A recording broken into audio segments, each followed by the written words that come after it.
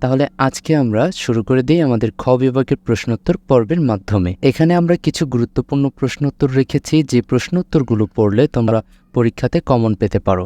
অধ্যায় ১ জীববৈচিত্র্য ১.১ থেকে ১.৭ পর্যন্ত গুরুত্বপূর্ণ সকল সংক্ষিপ্ত প্রশ্নোত্তর আমরা আলোচনা করব, যেখানে প্রতিটি প্রশ্নের উত্তরের জন্য ২ করে মান বরাদ্দ রয়েছে।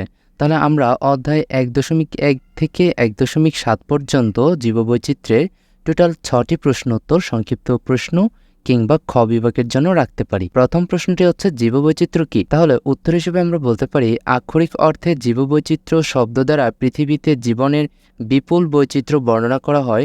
জীববৈচিত্র্য বলতে উদ্ভিদ, প্রাণী, অণুজীব সহ সকল জীবের মধ্যে বিদ্যমান বৈচিত্র্যকে বোঝায়।